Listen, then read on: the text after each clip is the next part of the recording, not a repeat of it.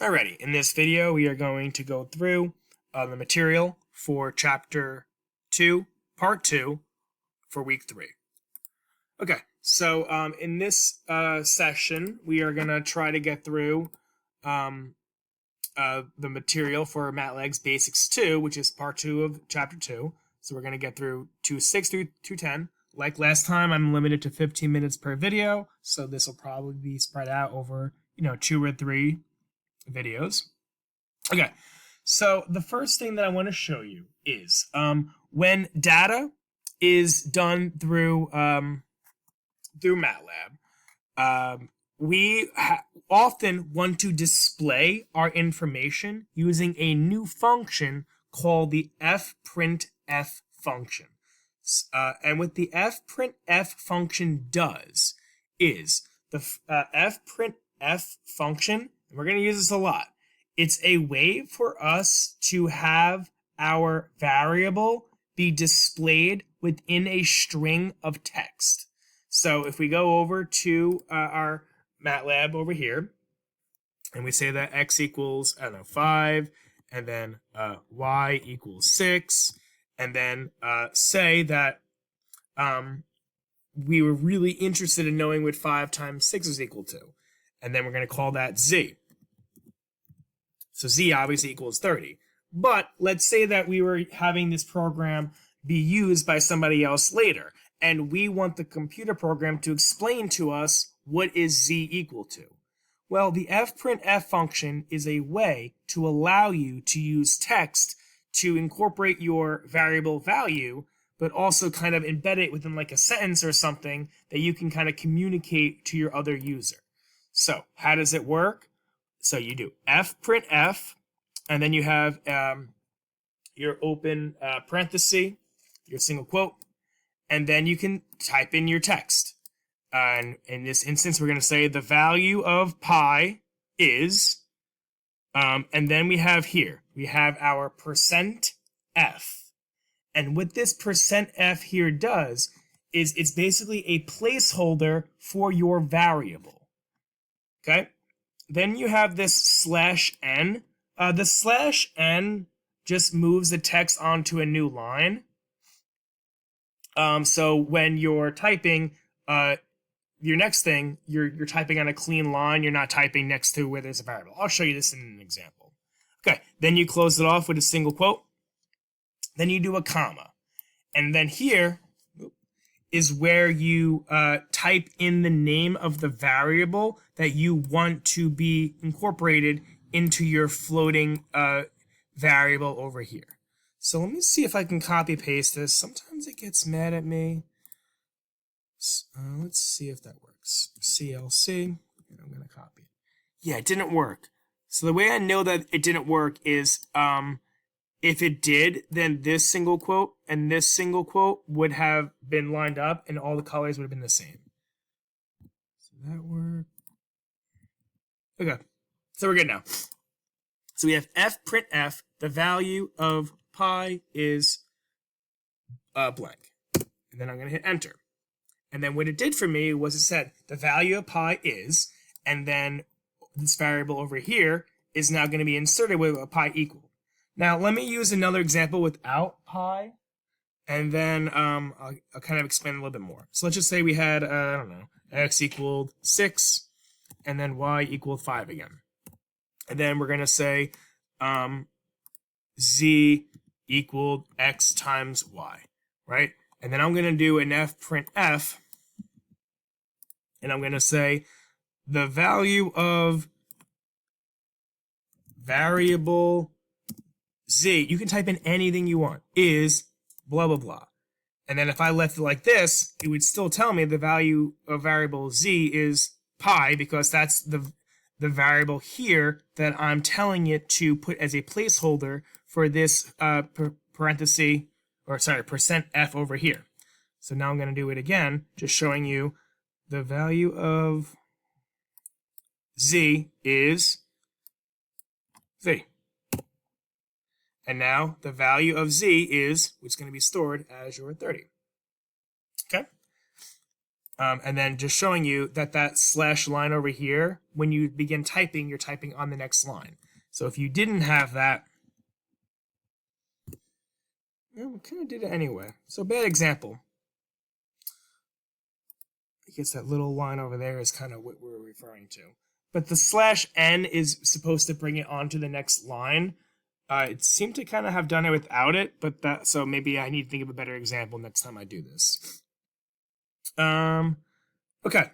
We also covered last week, but it is worth repeating again, that if, as you're typing in something, if you don't want to see it again, so if I type in x equals 7 and I hit enter, I don't need to see x equals 7. I know I just said that. So if I do x equals 7 and then I do a semicolon, then when you hit enter, it stores it properly as x equals 7, but it does not echo it back, so you don't have to see it repeated back to you. So that's the echo command. Okay? All right, now we're going to move on to data files. So this is important because basically up until this point, we've been doing all of our work in the default mode, which is command window. And that's fine when you're doing a quick calculation or something pretty simple. And most importantly, something that you're not going to need to access again a second time. But when you're doing MATLAB, you're most of the time, almost all the time, going to be creating programs that are going to be complicated that you're going to want to save and access again later. Because if I do a CLC, it's gone. So, starting now, and for the rest of the semester, we're not going to be working in the command window. Instead, what we are going to be doing is we're going to be doing what's called a script. So we're going to hit new script, and it defaults to the name untitled. And you are going to now type in all your values here. So say x equals 7.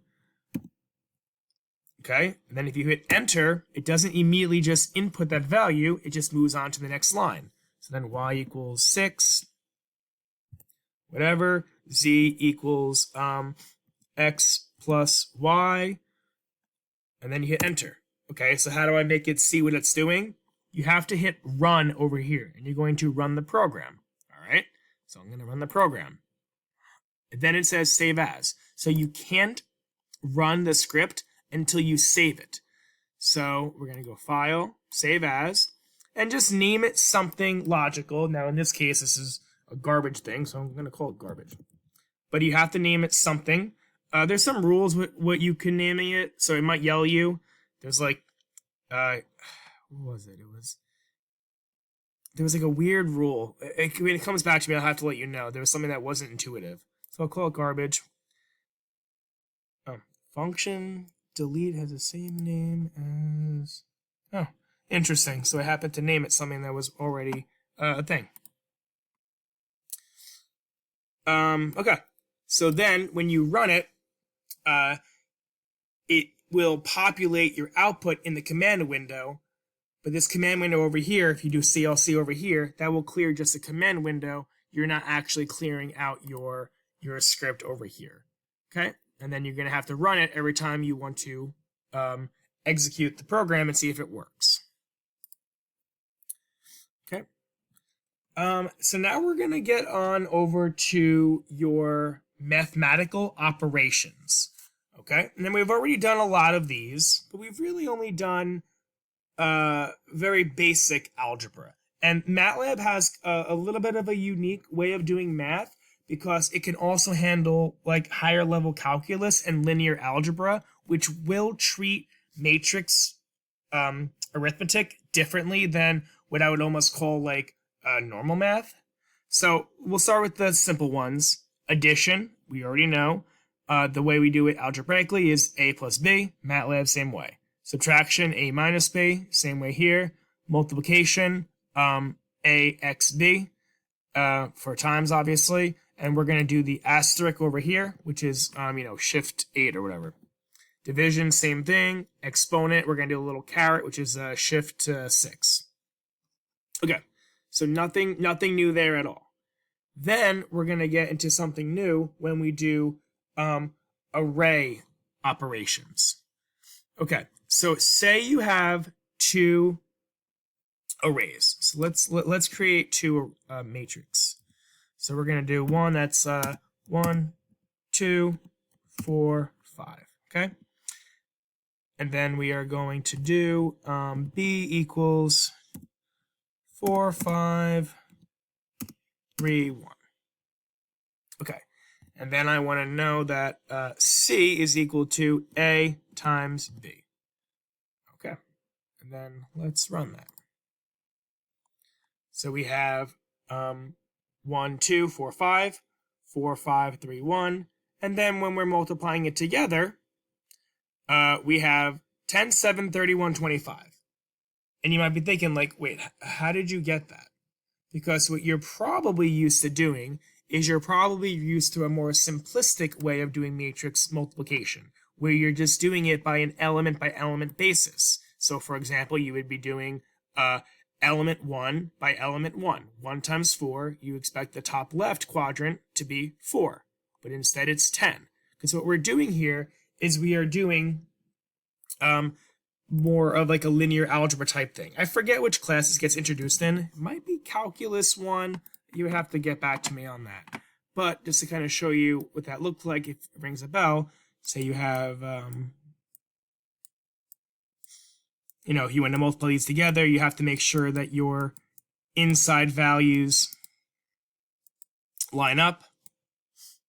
6, 8. I'm just making up random numbers right now. Okay. And then if you want to get this value over here, it would be 1 times 6 plus 2 times 9.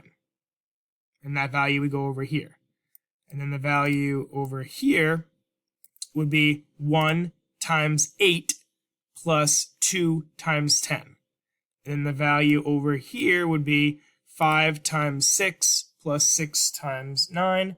And then the value over here would be 5 times, I lost my train of thought. 5 times 8 and then 6 times 10.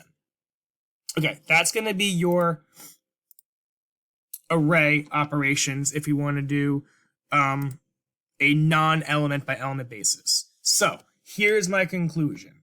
All that to say, if you want to do normal math, which we are going to want to do 99% of the time, when you are multiplying a matrix, you have to include a little dot here. If you are doing like the non-elemental multiplication, then you get rid of it.